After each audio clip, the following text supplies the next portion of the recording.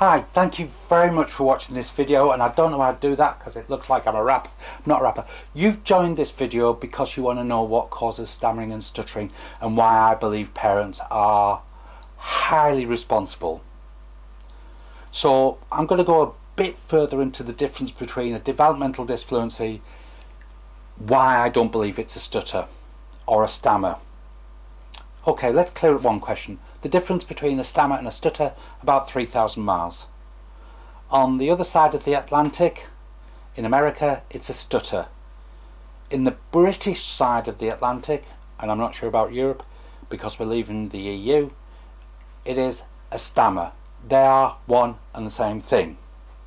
Now again, I'm saying that I'm making the very big distinction between a developmental disfluency and a stammer or a stutter, because this is where all the old wives' tales, until speech therapists start making that a very clear distinction, we will continue with all the old wives' tales and all these wonderful videos on YouTube saying I can cure stammering, which is absolute bollocks, because once a stammer starts, it's pretty impossible to cure it.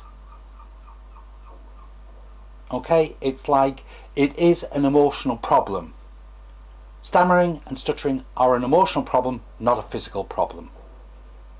And I'll deal with old wives' tales in the next video.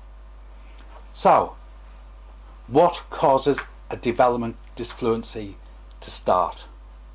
And as I said in one of the other videos, developmental disfluency occurs because it is a multifactorial disorder that is contributed to by a number of individual factors that come together that make some children more vulnerable to developing a speech problem than others.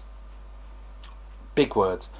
So some people push it in at 4 contributory circles, others, like I, prefer 3 because I take personality right out of it, because the personality is what determines the difference between a disfluency and a stutter. So they are very, we'll talk about personality in another video. Right? Developmental disfluency, this video is about. Okay, family history.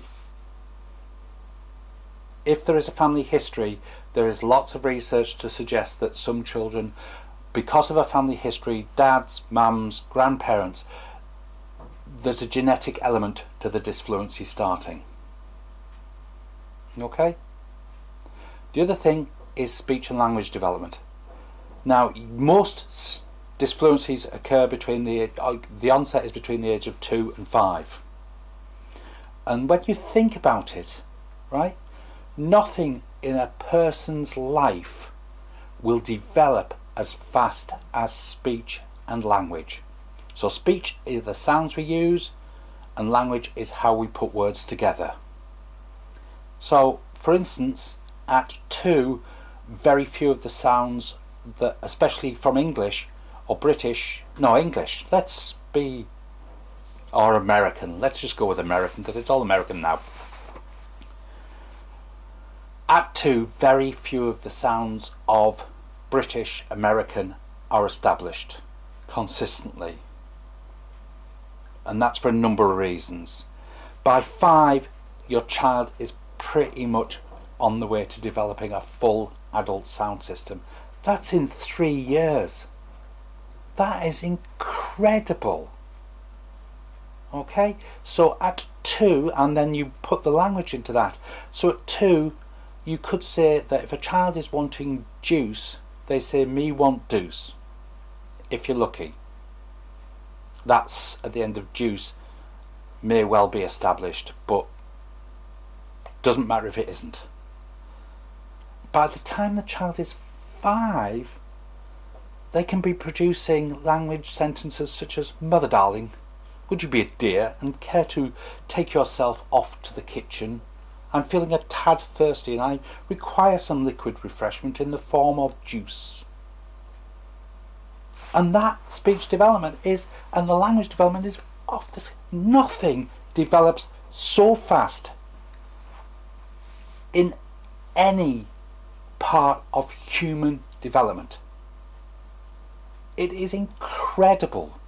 And then you throw into that the muscular system that has to develop, right? There are 8 muscles controlling the tongue. 8. 4 internal and 4 external, or intrinsic and extrinsic. You've got the muscles of the lips. Now this is one of my favourite examples, okay? To distinguish between a p and a k, right? Thought. The thought travels from the brain. From one part of the brain to the other brain. Part of the brain. The other brain, duh. The messages get sent to the muscles. So you have to remember to put, for the p, your lips.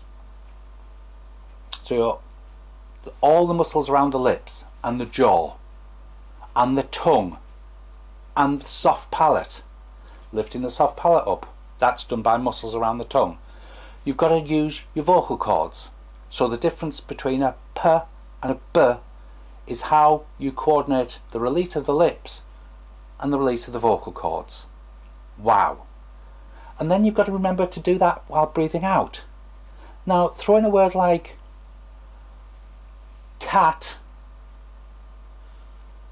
and you've got the back of the tongue up. It drops down, and then the front of the tongue comes up behind the teeth and then drops down, and you get the kt, right? Incredibly quickly, right? Foot, right? What a word. You've got the sound. You can practice these, have a play around with it, right? Foot.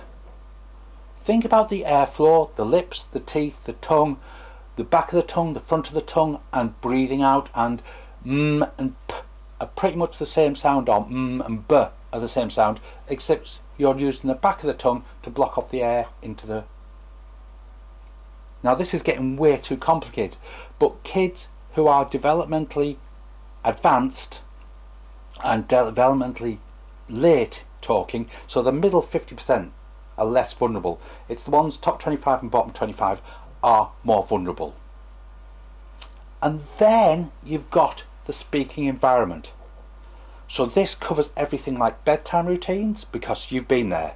You've had a late night, you wake up the next morning, you take 3 cups of coffee to get yourself going, and then you try and string a sentence together. And that thing where you know those things that you put in that thing that goes on and you climb into and go off to that place where you try to earn some money. Yeah, the words don't come as quickly as they can. So on a good day, when you've had a good night's sleep, you say, "Can't you see my car keys, because I need to get in the car and drive to work?" And on a bad day, if you go, "Have you seen those things that I do that with?" and then climb in that metal box and sit down and then go and experience misery for 8 hours. Not in my case, because I'm self-employed, right? So if you're tired, it takes harder to form the sentence. Okay? Routines. If the routines are predictable, it's less pressure on the child. If there is a lot of competition to speak, so I tended to find professionally that younger siblings were more at risk of the more mature siblings, because it's a bit like me taking on Usain Bolt in a running race or a hurdles race. I'm going to fall flat on my face because I can't keep up with Usain Bolt, because he's just more physically advanced than I am. But it's that sort of thing. You put a 2-year-old, you put a 3-year-old up against a 7-year-old, you tell me one skill that a 3-year-old can do as well as a 7-year-old. They can't, because the muscular system is not as well formed.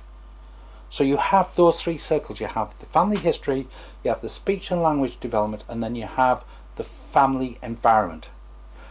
At this stage, developmental disfluency occur, but it's nobody's fault. They just happen because all those factors come in and come in and come in and come in, and then you have a disfluency start. You can stop a disfluency turning into a stammer by changing not of his family history, but the speech and language development can improve. That reduces the pressure, and it's about, that's the pressure on the child to speak, and that's their ability to speak. If those are mismatched, the child will become disfluent. Use the wrong word there. If those are balanced, or the demands are less than the abilities, you will get fluent speech. As soon as the pressure mounts, you will get disfluent speech. So, child's ability to speak, late night, learning new sounds, competition against an older sibling, routines out of the window, starting school, yeah, dad working away from home, and suddenly you get a disfluent speech. Improve the bedtime routines, make the environment more consistent, get the turn taking so that the 7-year-old doesn't interrupt the 3-year-old, but the 3-year-old doesn't interrupt the 7-year-old, and suddenly you have fluent speech. Hope that makes sense. The next video will talk about more of the personality. Thank you so much for watching it. Please share, please subscribe. I've got a film in my head called James and the Giant Speech. That is the reason I'm doing these stammering videos. I'm not a therapist, I am a writer, but I have an incredible knowledge of stammering. So this is for conversational purposes, and these are to get you thinking. Don't try any of these techniques at home. I'm just interested in getting some publicity, some awareness, so that when I produce my film James and the Giant Speech, I have backing and I have publicity, because it is going to get rid of a lot of the old wives' tales. Thank you very much for watching. Please subscribe. I'm Peter.